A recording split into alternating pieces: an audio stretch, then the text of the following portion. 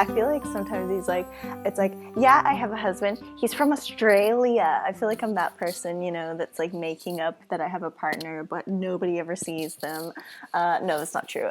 He's real. He's very real. I kiss him every night. He's so handsome and I love him so much. But he is very busy because he is not only working 2 jobs, but he's also studying his PhD. And let's say, there's a reason why it's the highest educational tier available, because it is fucking hard. And sometimes I feel like I'm a single parent. No, that's not true. I actually have so much support from him. I wouldn't be able to do what I do without him. But that's all besides the point. Today, I just wanted to give a little brief information about kind of our business and what direction we are heading in. So, we can be found right now on Instagram at Bumblebear Farms. We have a large collection of photos of the things that we do daily, including our garden. At this moment, it's winter here in Australia, so there's not a lot of activity as far as beekeeping goes. We're not really doing hive checks, we're not doing extractions. We kind of just leave the bees alone and let them hibernate over winter. So what I'd like to talk about today is kind of our future plans for, the upcoming days.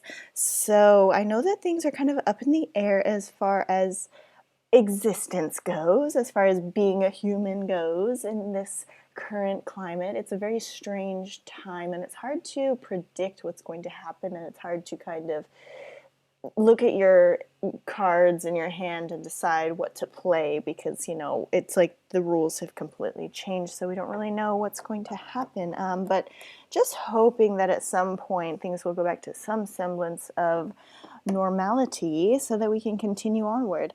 I got inspired by a neighbor, actually. It's just around the corner on the same street. It's really funny. He had his gate open one day when I was walking past, and I saw 3 beehives just, living happily in his backyard. Now, it's a pretty small backyard.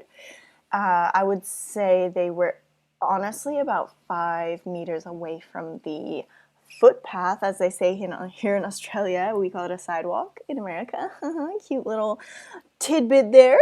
But I got inspired because I thought, wow, this is really, really close to where people walk. It's really close to his house.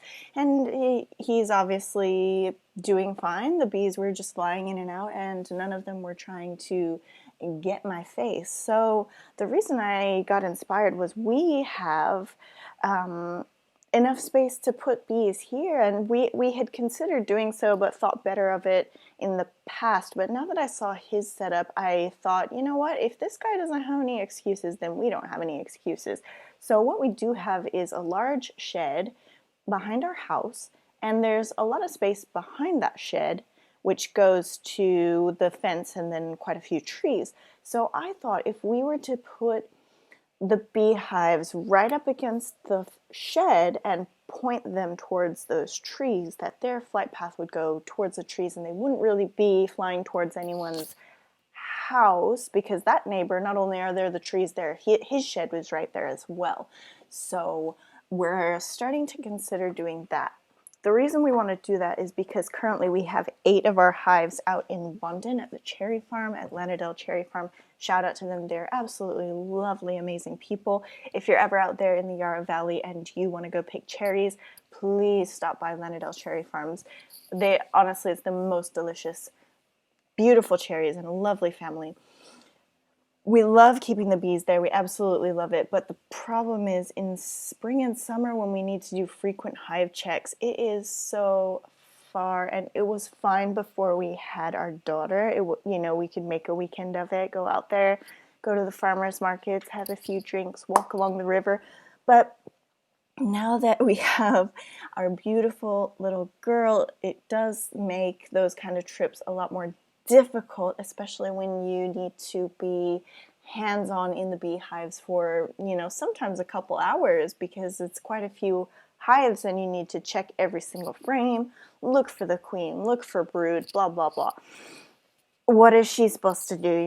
We don't have a baby size bee suit, and I'm not really comfortable having her close to the hives at this point in time. So we haven't really been able to figure out a way to make that work logistically. Last summer it was very difficult. Fiona was very small, and we ended up just, William would go out there by himself, and then I wouldn't see him for the whole weekend, and it's just too much. So we thought, why not put them in the backyard? The backyard is not great for our child to play in anyway. Like our front yard's a bit better for her to play in, so I wouldn't be too concerned about her disturbing them. Now we do have a dog, and he has to be on a chain in the backyard because our backyard is not secure.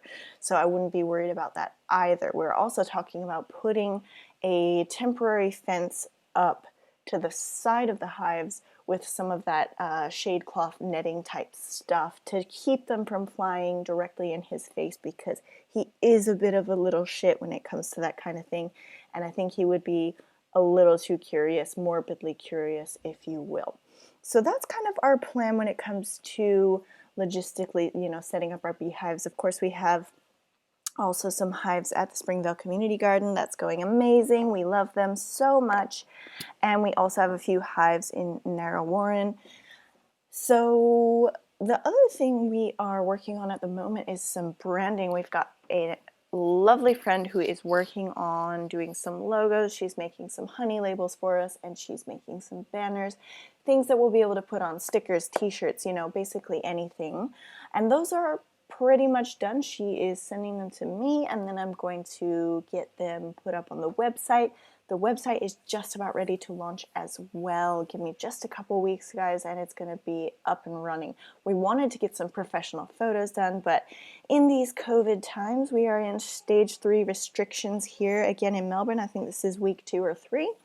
So that's not exactly possible at the moment for us to ask any photographer to come down and take photos of us. So I've just been putting photos that I took on my iPhone on the website, which is kind of silly. They don't look that amazing, but it's okay. I'm terrible at taking photos anyway. Ask anyone. My photo taking skills are shoddy at best. So the professional photos will have to come at some point in the future, but I digress. That is where we are with that. Additionally, after, the restrictions end and we can go out and about again, we're planning on putting on educational events. Now, this is something that William has done before. I haven't done it with him personally, but we'd like to be going to schools, senior centers, community gardens, whatever, what do they call it, guides, whatever kind of place might be interested. We'll pitch it to anyone.